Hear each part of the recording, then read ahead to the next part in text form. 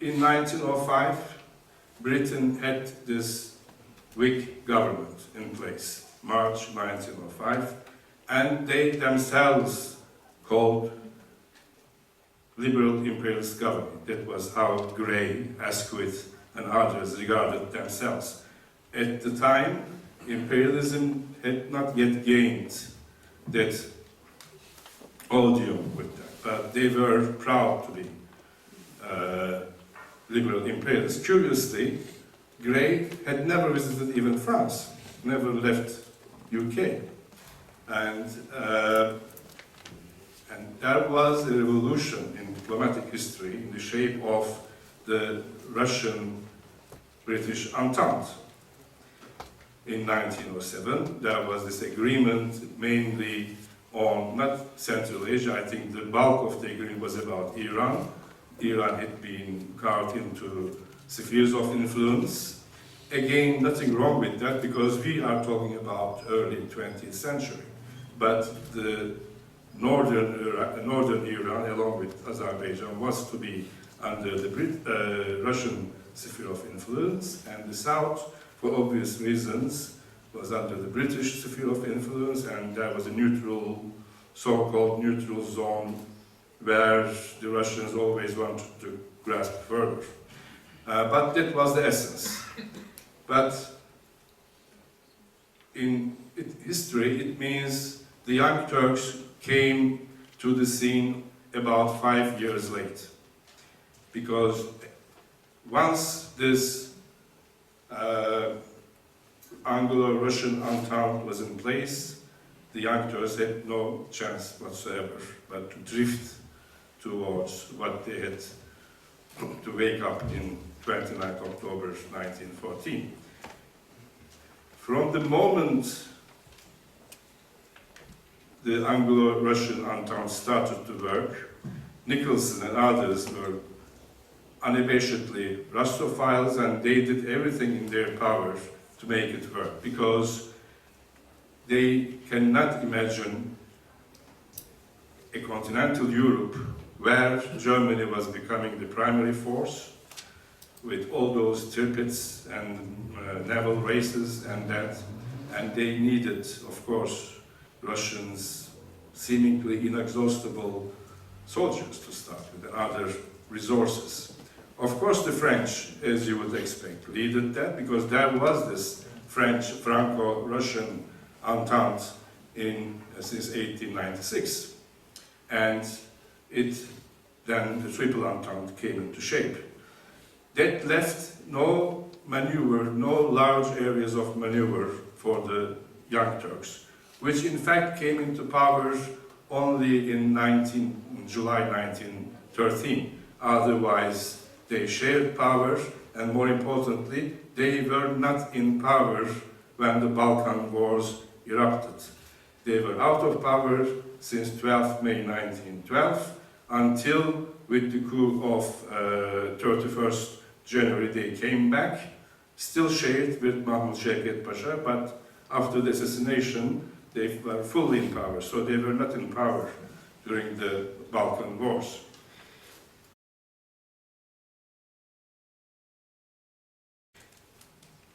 Now, if we look at the eruption of the First World War, there are a few series of crises, rather, which have all to do with Turkey. Firstly, the 1908 annexation crisis.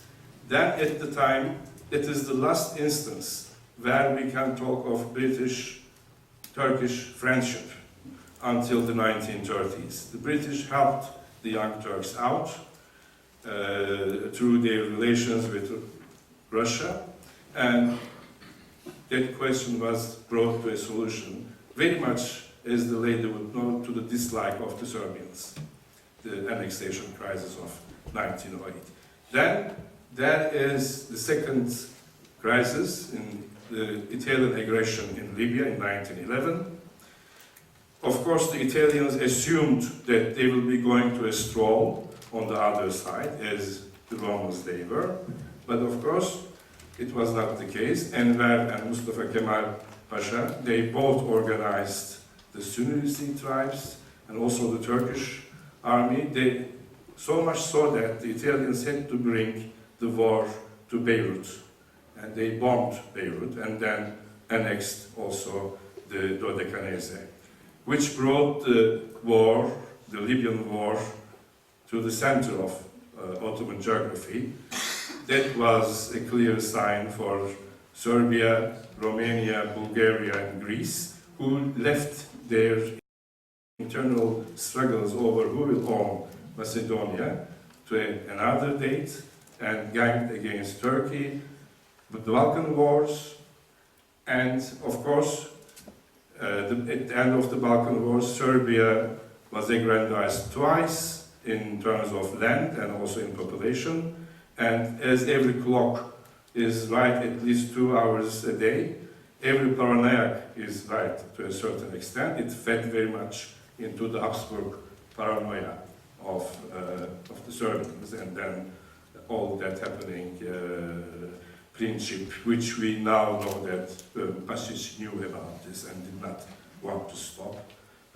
All kinds of things came together, confluenced, and the First World War erupted.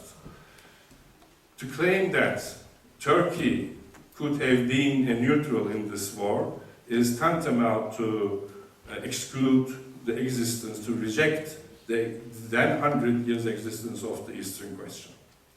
There was no way for the Turks to be neutral in this war. So when we talk about, if we really want to talk about the British-Turkish relation, it goes more than 400 years.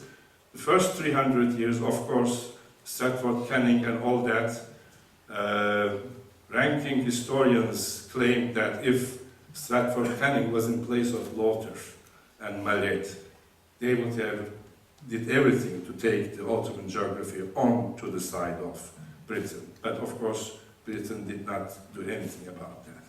It's true that the Entente powers offered a guarantee to the Ottoman government, territorial integrity, but it was a sham offer, because that offer was in the shape of the Entente. They offered as the Entente to guarantee the territorial integrity of the Ottoman Empire. At the same time, they were planning against each other for after the war. So the Ottomans had a very direct question, which went unanswered. The question was, what will happen after the Entente? So you should give this on a bilateral basis. This is the normal thing to do. As Britain, as Great Britain, say you guarantee France and Tsarist Russia. Of course, that was not possible because the internal balances of the Entente itself was being secured through promises from Turkish lands. All those Balkan countries proved themselves to be very strong armies, almost a fifth power. So Bulgaria was offered Adrianople, Greece offered something else. Even one of the reasons, not the main one of course, but one of the reasons for Gallipoli, opting for Gallipoli rather than Lloyd George's Thessaloniki option was that this will give a show to the Italians and it will help the Italians to decide their place in the war by near the Entente.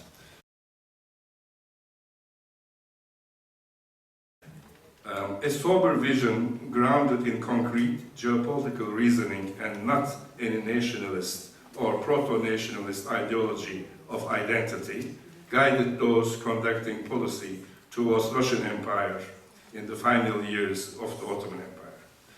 But the victor's explanation inundated the whole area of research and scrutiny and caused highly important details to fall through the cracks into oblivion. The allegation of pro-German bias within the Young Turk leadership is rubbish thrown in the face of scholarship, unless it is considered against the background of the persistently anti-Ottoman policies of the Entente, especially Great Britain. Not that the French were better, they were a bit more cunning, and otherwise it's the same. Whatever that particular narrative claims, Great Britain and the Entente had more than a fair chance to avoid direct confrontation with the Ottoman Empire. Yet Great Britain allowed this chance to pass in front of its eyes and refused to offer the Ottomans the benefits of an alliance or a prerequisite conditions for a meaningful neutrality. Instead, Britain chose to risk facing the Turks over the land of the still huge geography of the Ottoman Empire. Great Britain and its Entente allies made no substantial attempts whatever to win over the Ottoman Empire. One reason for this was the dismal British assessment of Turkish capabilities, which went hand in hand with the many prejudices developed over time and calcified in the mindset of the governing elite, as well as the judgmental attitudes of the Whig establishment in the time-honored tradition of William Gladstone. Yet this was the general assessment in Europe, but it would be an oversimplification to describe the attitude of the Entente toward the Ottoman Empire during the crucial 3-month period before it was left no other choice but to become a belligerent power as merely dilettante. The Allies, again mainly Great Britain, went far beyond being superficial and careless. The Entente approach was also scheming and provocative, resting on the self-fulfilling prophecy that the Ottomans had already sided with Germany. The German warships Goeben and Breslau, which after a long pursuit in the Mediterranean by the blundering Royal Navy, were able to find refuge in the Bosphorus, are often cited as proof. The Entente vaingloriously insisted that these ships be handed over with their German crews. The Ottoman government could hardly respond favorably to this. It would have cost the Ottomans their only chance to have a great power ally, and it was also seen as unethical.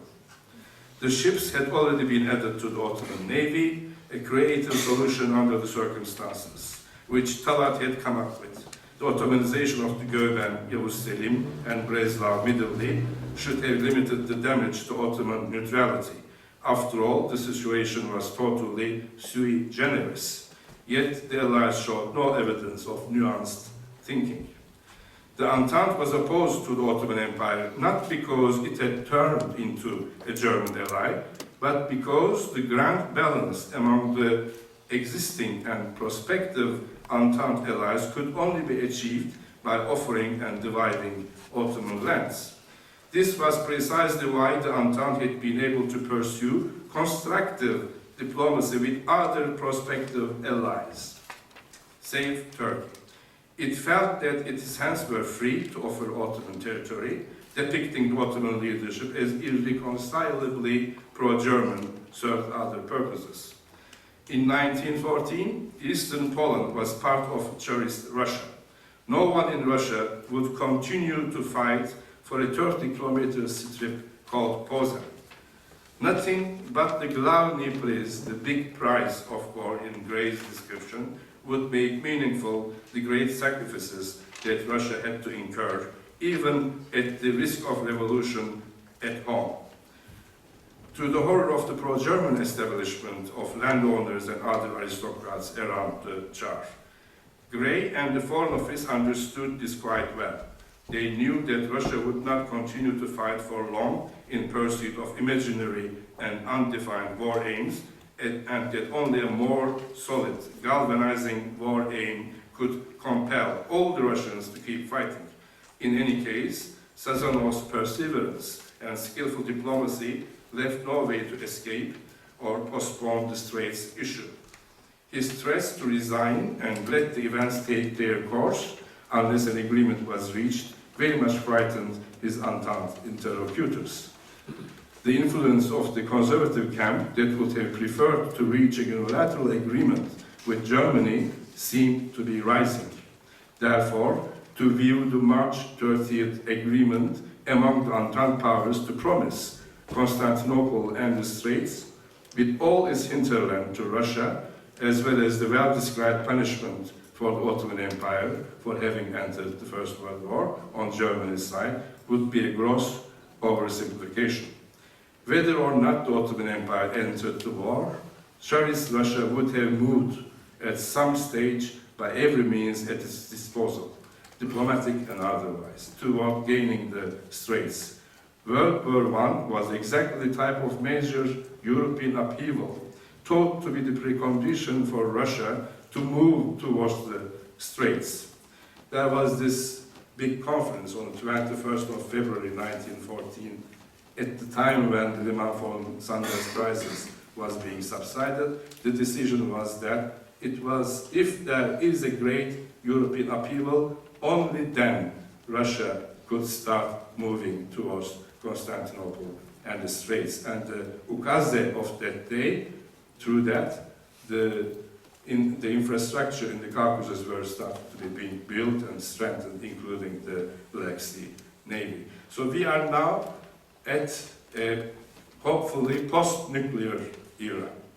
But 100 years ago, it was not a post-nuclear era, and it was not even a nuclear, so the Navy was very important. In order to project the superpower status, all states needed, or first-rate states, needed a powerful Navy.